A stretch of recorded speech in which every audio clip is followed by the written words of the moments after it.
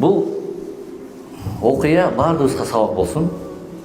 Күндөрдүн бир күнүндө мечитке кирет. Түрктөрдө, ошо түрк мамлекеттеринин өзүнүн мекенинде бир мечитке кирет. Бул илгерки жашаган кишилер. Биздин заманга чейин илгерки жашаган кишилер.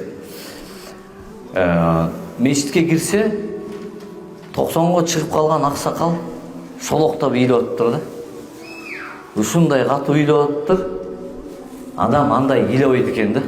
Андай ыйлаган адамды көрөлү экен. Дагы бир күн кирсе, дагы ошол аксакал ыйлап атыптыр да. Дагы шолоктоп. Дагы бир күн кирсе, дагы ыйлап атыптыр. Анан бул аксакалга эмне болгон? Өзү бир топ жашка келип калса, шолоктоп эле ыйлайт, күнү өсүп.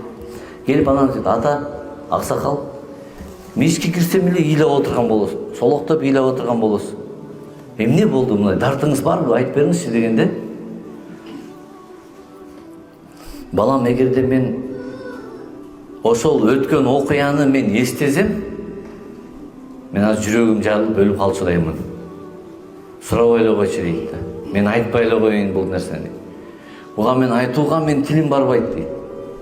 "Анан коюңуз, эми айтып бериңиз, эмне болду? Балким менин бир кандайдыр бир насаатым же бир жардамым керек болуп калабы, же бирөө сиз таштап кеттиби, же көчөдө калдыңызбы, эмне болду?" дегенде, "Мен жаш кезимде бул жанагы Абдулхамид деген түрктөрдө чоң султан өткөн. Билесиздерби? Азыр кинолор чыгып атат.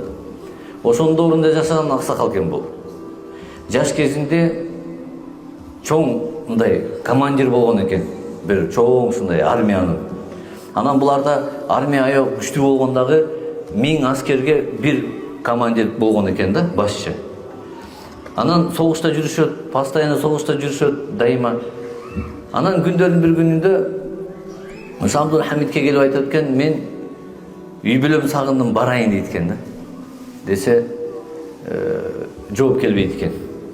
Дагы бир күнү барып суранат экен падышага: "Мен үй бүлөм сагындым, бир зияратка барып келейин. Канчадан бери ушинтип элибизди, жерибизди коргойбуз деп, ушинтип аскерлер менен жүрөбүз талаалап." Дагы бир күн өтүп, анан күндөрдүн бир күнүндө анан Абдулхамиддин алдына чыгып алып: "Кетпей, мен кой бер, эми барып келейин" дегенде, Абдулхамид: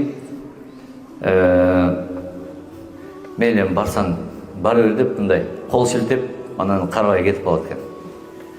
Ошо менен анан бул кетип калат экен. Үй бүлөсүнө барып зыярат келген, сагындым деп. Анан күндөрдүн бир күнүндө түш көрөт. Түш көргөндө бул аксакал түшүндө пайгамбарыбыз алейхиссалам келет. Түшүндө жанында Абдулхамид турган болот экен да, падыша. Анан караса, толтур аскерлер. Толтур аскерлер. Анан ошол аскерлердин арасынан 1000 аскер өзүнчө эле ызы-чуу болуп атышат да. Өзүнчө эле ызы-чуу болуп эле бири-бири менен эле согушуп эле эч ынтымакка келбей эле калган аскерлер бүт баардыгы тегиз турушат.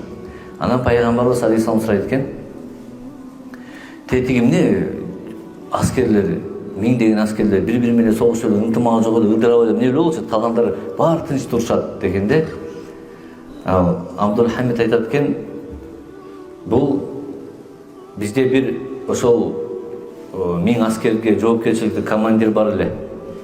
Ошол үй бүлөмдү сагындым, барып келейин, биякта жоопкерчиликтүү жумуш турат. Бул жерде биринчи бүтүрүшүбүз керек, душмандардан коргошубуз керек. Сен кетип калсаң, бул 1000 аскерди ким алдыга алып чыгат, ким буларга башчы болуп берет" десем, болбой кетип калды.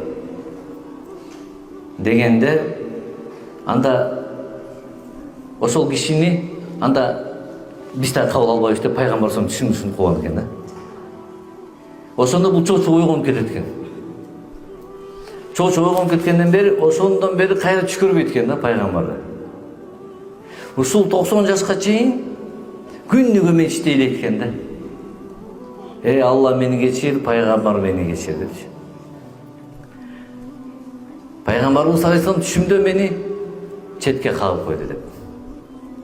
Балам, мына ушул өзүмдүн жумушумду аткара албастан, өзүмдүн жумушумду так аткарбастан ушундай кылдым эле, мына пайгамбардан да четтеп кеттим деп өкүнүп өмүр бою ыйлайган экен да.